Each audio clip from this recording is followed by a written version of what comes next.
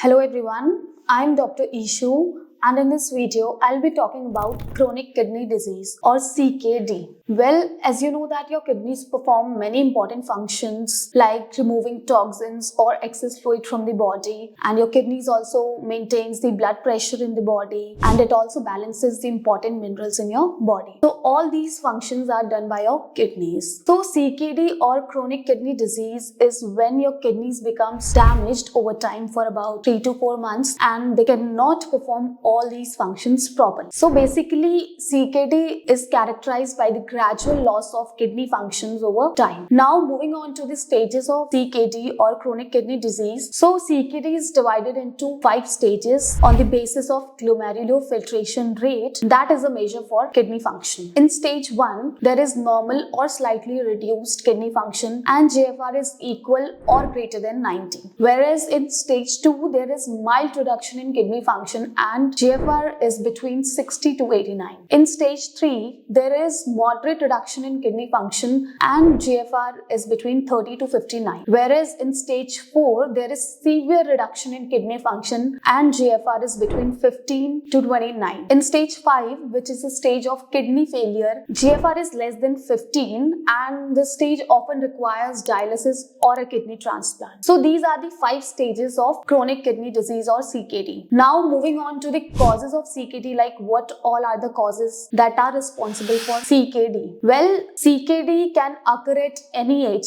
but some people are at a higher risk than others for developing CKD, like if someone has diabetes or hypertension, or if someone is over the age of 60 or has any heart disease, or a person is obese or has a family history of CKD. So all these people are more prone to CKD. Well, CKD doesn't occur by a single cause. It is caused by many social, environmental and physical factors as well. So early detection is important as CKD doesn't show any noticeable symptoms in its early stage. Now moving on to its symptoms, like what will be the clinical representation of a patient with CKD. Well, like I told you that in CKD during early stages, patient doesn't show any noticeable symptoms. Whereas in later on stages, one will get to notice symptoms like fatigue, foamy urine, or difficulty in concentrating,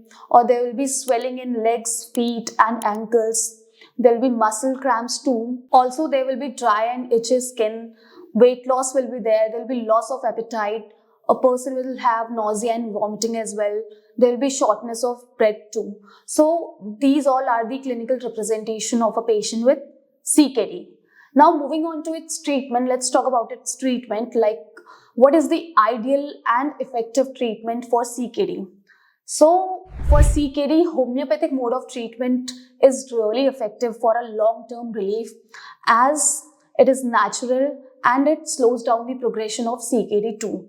Also, homeopathic medicines doesn't have any side effects, which is very crucial for a patient with CKD because any hard medication can impact your kidneys and make your kidneys more worse.